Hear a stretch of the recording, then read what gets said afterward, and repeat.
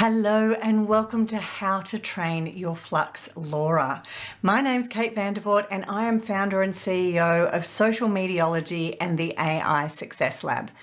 Now, I created this video because when I learned how to do this process, I watched loads of videos on YouTube, and there are a lot that are available to guide you through this process. But what I found was that many of them were seriously lacking in some of the critical details that it takes to make this process work. So I've done two things. One, I've created this training video and I'm going to show you step by step, including all of the critical parts to make this work as effectively as possible. And two, I've created a custom GPT where you literally press a button. I'll show you. So you click on how to train my Flux Lora and it will take you step by step through the process. Every single thing that you need to know is in this custom GPT. So if you want a little AI assistant by your side as you go through this process, click on the link down below and you can go straight to that custom GPT. It's got all the links, it's got all of the step by step to make this easy. So I'm going to tell my custom GPT what my name is so that we can get into the process. Now, a Flux Lora is basically your own AI photo shoot. You can train AI on images of yourself, images of your product, even your whole family if you want to do that. But for this video, we're going to keep it focused on you as an individual or a product that you might want to train your Flux Lora on. What it does is it learns from the images that you provide it. And then you can put that person, that product in any setting that you can imagine. So let's get started and I'll show you how this works. So the first step is to choose a trigger word. A lot of other instructions put this further down in the instructions, but I actually find that if you do this from the very beginning, it's much easier. So you want your trigger word to potentially be a version of your name or the product, and then numbers and characters. But you need it to be something that's unique so that other people are not going to be able to use the same trigger word. Otherwise, you'll be showing up in other people's AI photo shoots. So I'm going to use ETAC, which is Kate backwards, VDV0076. And that's the trigger word that I'm using for this process. Now, this trigger word is going to be used to put me into the images that I'm creating. So it tells the AI who to bring into the images. So I'm going to tell Chatty here that that's my trigger word. And then ChatGPT is going to say, great, here's the next preparation step. So the first step is preparing your photos. Now, it says here to select 10 to 15 high quality images. A lot of people suggest 20 to 30, and if you do more, it will be better because you'll do a better job of training the AI, but 10 to 15 is plenty if you're just getting started. Now, you want these images to be a huge variety. So maybe head to toe, full body, maybe just your torso, different angles so that AI has more context and can learn your face and your body features in as much detail as possible. You want different kinds of lighting, different facial expressions. So the more context you give it, the better job it will do of training your Flux Lora.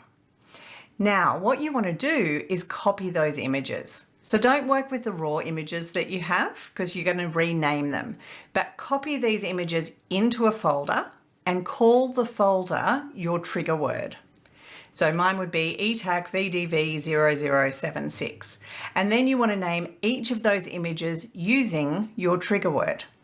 Now you don't have to do that step, but it does help with training the AI and it helps to keep things streamlined and simple. So you would call those and ChatGPT will tell you based on your trigger word. For example, ETAC VDV0076 _1 _2, images 10, 15, 20, 30. So you want to use the same naming convention for all of your images. So your trigger word and then _01, 02, etc. Then you want to compress the folder. So on most computers, that's right mouse click and you click on Send To, and then you can choose Compressed Folder.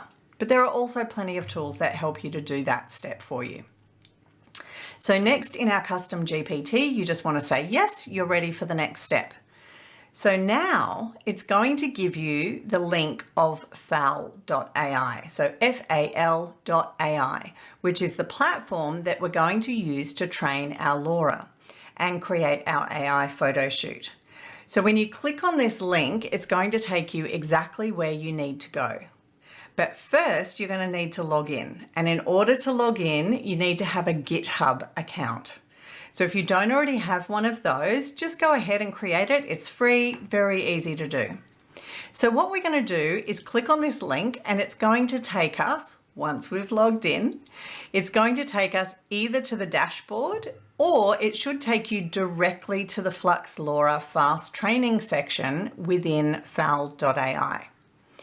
Now, what you need to do is add some money to your wallet. This is the first step. It's not a free process to create these images, but it is very, very low cost. For about $10, you should be able to get 100 images, depending on the size of those images and the number of images, some of the settings that you choose, but it is very cost effective. So you do need to get started by adding $10 to your wallet. And you just do that here in the top right-hand corner. Now, what we're going to do is pick a zip file. And when you open up your documents, you're going to choose the zip file that we've just created. So you can see mine's already loaded here, and you're going to put your trigger word here under trigger word. Now, you can leave the rest of these as default, but there's one thing that you do want to change, and that's the steps. So if it's on the default, it's going to be set at about 1,000, and so just moving that. So just leave it on the default, but less steps means that it rushes through that process faster, so it won't be quite as detailed, and more steps will take up more resources and takes a lot longer. So you don't need 3,000 steps to train your Lora, but 1,000 is about right. So you can just leave all of the other settings as default, and then you press start. Now, I've already run this one, and it does take a few minutes for it to do the training. So I'm not going to press start now, but I'll show you that I'll show you what it looks like once it's finished, and it will sit right there, and it'll tell you that it's in progress while it's training. And then once you're finished, you'll see here on the right-hand side. Now, I'm just going to pop back to our custom GPT and tell Chatty that we've done this training, just so that you can see what this process looks like within ChatGPT in our custom GPT. Now it's going to talk about testing and generating the images. So we want to go to the training history. We want to find our recently trained Lora, and we're going to click on Run Inference. So that's this button here. And when we click on Run Inference, that's going to take us to our actual image generation section. So here you can see that it's already put the trigger word in my prompt. It's got the path to the Lora here, and I'll take you through all of the other settings, but I do want to show you just very quickly something that's a little exciting in the custom GPT, which is I've actually created a button here to help you generate your prompts. So if you open up a new window back with the custom GPT, you'll see there's a button here that says create a Flux prompt. And if you click on that button, it's going to ask you again for your name. A little bit frustrating, but I've trained it to ask you your name. But once you get past there, you're going to take your trigger word, which you can easily copy back from here in Flux. So what this is going to do is step you through a process to generate highly optimized image prompts for Flux. So it's saying, is there a person or product in your image, and what's the trigger word? So I'm going to say, here's my trigger word. There's a woman in a glowing white dress but I've also given it my trigger word. So it's saying, great, thanks for that. What's the primary focus? So let's say that she's on a tropical island in the South Pacific. So you can give as much or as little detail as you like here. It's telling me that sounds beautiful. Now, what style do I want? So generally I say photorealistic. And if you want cinematic, so you want it a bit overexposed, you can add in cinematic, but you can have any artistic style that you like for the purposes of the Flux Lora. But generally you want photorealistic because that's what we're trying to create, is an AI photo shoot. Then it's going to ask about mood or atmosphere. I'm going to say beachy holiday vibes. Summer here in Australia, we've just wrapped up our holiday season, so I'm back to thinking about the beach. So key elements, are there anything or is there anything else that you want to add? Specific objects, let's say there are trees by the sand. So what it's going to do is ask if there's any negative elements. Now, negative elements are they're a bit tricky in prompting, but if there's something you specifically do not want in your prompt, you can put it into the negative elements. But it's a little bit like when you say to a human, don't think about an elephant. All you can think about is an elephant. And AI is a bit similar. Sometimes if we focus too much on what we don't want, all it will do is create what we want. So for now, I'm just going to say no, there are no negative elements. So I'm just going to take that out. And what Chatty is going to do is provide you with 3 different prompts, taking what you've given in terms of answering those questions. And it's just going to give you those prompts, so then you can hop back on over and just pop that in. So this is saying, a woman gracefully walking along a secluded tropical beach on a South Pacific island. Her flowing white dress contrasts beautifully against the golden sand and vibrant turquoise ocean. So you can see, rather than just saying, create me an image of a woman walking along the beach, it's going to create an image of you, or in this case, me, and it's given a really nice depth to the description. So that'll give us much better quality images. Now, here are the rest of the settings that you need to focus on. Most of them you can leave as default, but in terms of scale, you want to generally leave that on 1:1, but you can go larger. If you do go larger, it will take more resources. So you can see down here, it says your request will cost 3.5 cents per megapixel. For $1, you can run this model approximately 29 times. So then what we're going to do is click here on more, because some of these settings are important. So what size do you want the image? I generally do 16:9 landscape because I often create the image and then I go edit it in Canva afterwards. I don't generally just share the first image that I get. So this guidance scale is really important. If you're down at 1.5, it's not going to look a lot like you. The sweet spot is generally between 9 and 12. So I usually start at about 11.5. If you go higher than 12, your skin, it'll look more like you, but your skin will start to look a bit plasticky. And if you go less than sort of 9.5, it's going to look less and less like you. So I usually start at 11.5 and then I'll just adjust it. And a big part of this process is just testing some of these settings. But this is a good place to get started. This tells you how many images you want. I always say 4. Basically 1 in 4 images in this process will be usable. So I generally get it to generate 4 at a time.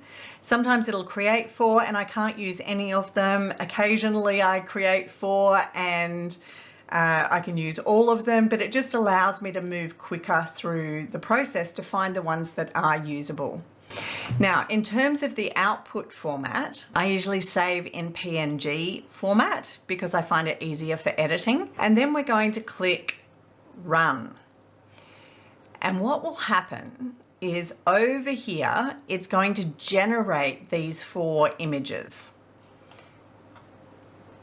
So now we have our images.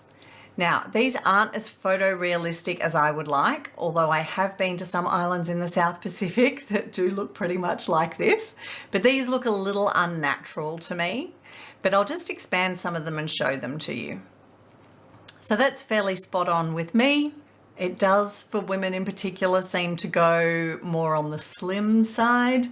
So I find a lot of them don't quite match exactly how I look at this stage in my life.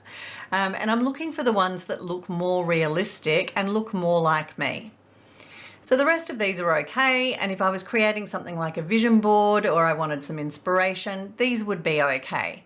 But I'm going to show you creating, for example, something that's a bit more business oriented. So I'm going to go back to my custom GPT to create a new chat, and I'm going to create a Flux prompt. So I'm going to go grab my trigger word just so I can paste that in easily. It's going to ask me for my name again. Then it's going to ask, is there a person? Yes, me. Trigger word is asking me for the main theme. So I'm on stage holding a microphone in front of a large audience at a tech conference. Now, these ones are a little bit hit and miss. I find I've gotten some really good speaking shots. So artistic style, I'm going to say futuristic and photorealistic because I want it to be as real as possible. What's the mood? I'll say high energy conference, bright lighting. That'll do for now. And then any key elements, there are slides behind me displaying AI images. We'll see what it comes up with as that for a prompt. So now you can see here we have another 3 prompts. Now each time it does this, it sometimes formats it differently. So I'm going to go for this one in the middle, not even going to read it, but I usually bring them over to Flux and then I edit over there. So a photorealistic depiction of a speaker at a high energy AI conference commanding attention on a sleek modern stage. I might say wearing business attire. A glowing microphone catches the bright white neon blue lighting overhead. Behind her, expansive futuristic screens showcase animated eye-catching AI visuals casting a colourful ambient glow. So we have our path, we have our scale, all of the settings will stay the same. You can just keep running by changing the prompt and all of these steps will all stay the same. I'm going to increase that a little bit more and click run. So we'll see what it gives us this time. So here we have, I wouldn't use these 3 anyway, just because it's not showing my face, but let's just have a look at this one. It isn't quite right on the face, but that's something like a social media image. They're probably not too bad. Having said that, the fingers are a little off. Common problem with AI, always check the fingers. And I'm actually standing with my back to most of the audience. So that says to me that the prompt needs a little tweaking. So now these are a little bit too warm. So interesting, we've gone the other way. That looks nothing like me, but you can see out of all of these, nope, we've gone too far. So what I'm going to do is I'm going to show you that if we actually go here to requests, you'll be able to see all of the different ones that I've trained. This is me with fireworks, New Year's Eve in Sydney.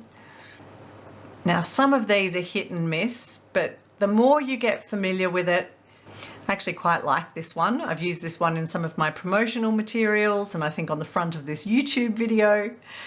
So you can see that's a pretty good image. It's very similar to how I look when I've got straight hair.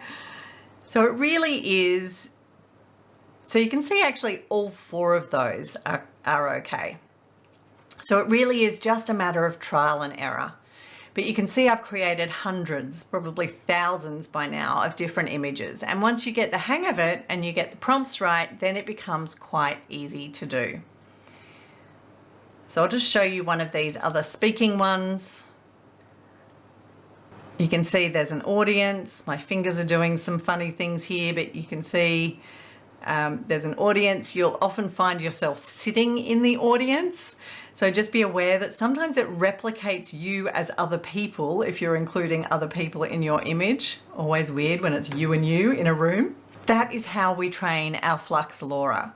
I really encourage you to jump on over to the AI Success Lab Facebook group. I'd love you to share your creations in there. It's a vibrant community where everyone's learning how to use AI together, and there's lots of tips and strategies and breaking AI news in that group. So I look forward to seeing you there, and thanks for joining me today.